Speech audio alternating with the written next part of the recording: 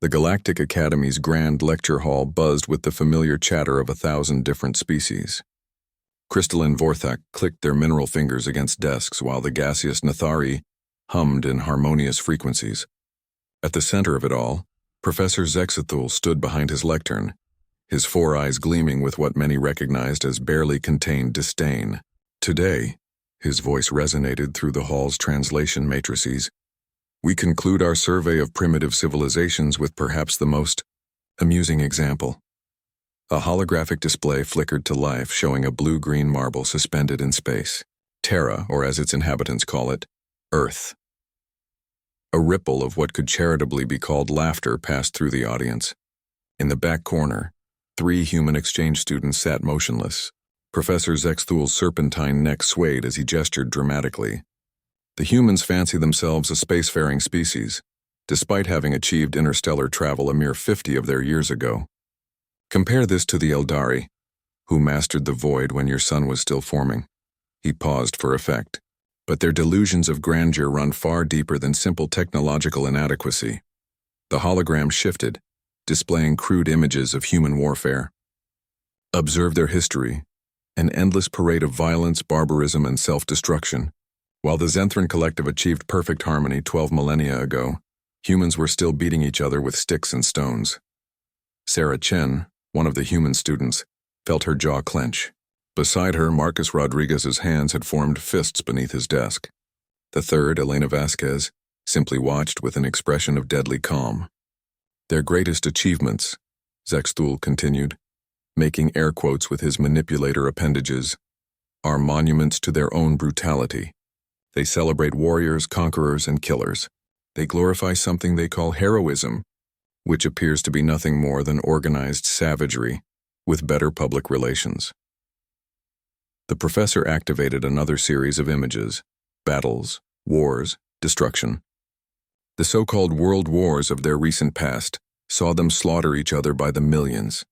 While civilized species were composing symphonies that lasted centuries, humans were perfecting the art of genocide. Murmurs of disgust and superiority echoed through the hall. A young crystalline student raised a prismatic appendage. Professor, surely they must have some redeeming qualities to have been accepted into the academy. Zexthul's laugh was like breaking glass. Ah yes, the charity admission. The council, in its infinite wisdom, decided that even the most primitive species deserved a chance to witness true civilization. Consider it educational outreach to the disadvantaged. Sarah's chair creaked as she leaned forward. Elena placed a gentle hand on her arm, a silent message to wait. But let us examine their so-called virtues, the professor continued. They speak of something called resilience, as if their refusal to die properly when beaten is somehow admirable. They praise sacrifice, which is merely a civilized term for throwing one's life away meaninglessly. Most amusing of all, they celebrate hope, that most irrational of emotions, the stubborn refusal to accept inevitable defeat. The hall erupted in what passed for laughter among the assembled species. Zexthul basked in the attention, his scales shimmering with self-satisfaction. In conclusion, he said, humans represent everything that enlightened civilization has evolved beyond.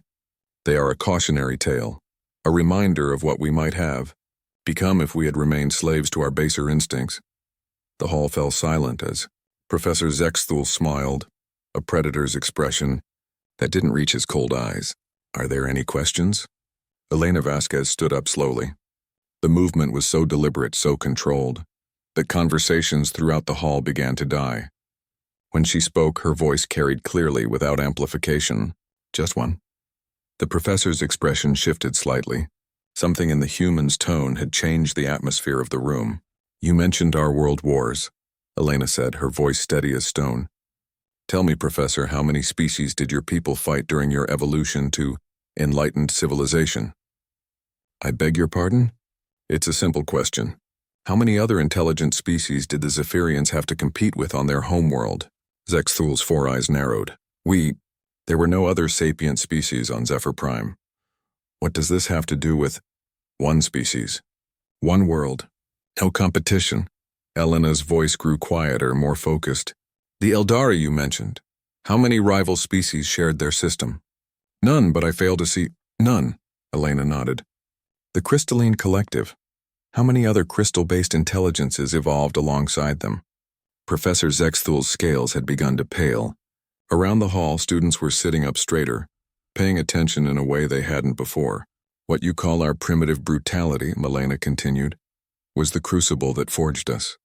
Every species you've mentioned had the luxury of evolving alone, in peace with unlimited resources and no competition. They became civilized because they could afford to be civilized. Marcus stood up beside her. Humans didn't have that luxury. We shared our world with megafauna that could kill us with a thought. We fought ice ages, plagues, disasters that would have ended softer species. We didn't just compete with other humans, we competed with everything. Sarah rose as well, her voice joining theirs. Our wars weren't fought because we were savage. They were fought because we never learned to give up. Because surrender meant extinction, and extinction was never an option. The hall was completely silent now. Even the background hum of life support seemed to have quieted. Elena stepped into the aisle. You mock our hope, Professor. You call it irrational, but hope isn't about logic. It's about the fundamental refusal to accept defeat when everything you love is at stake. Hope is why we crawled out of caves and reached for the stars. Hope is why we're here, in your academy, learning from species that never had to fight for the right to exist. Her voice dropped to barely above a whisper, but every being in the hall heard every word. You want to know what human history really is, Professor? It's not a record of our brutality. It's a record of our refusal to die. Every war, every battle, every last stand. It's the story of a species that looked at impossible odds and said, not today. She paused, her eyes meeting Zexthul's terrified gaze.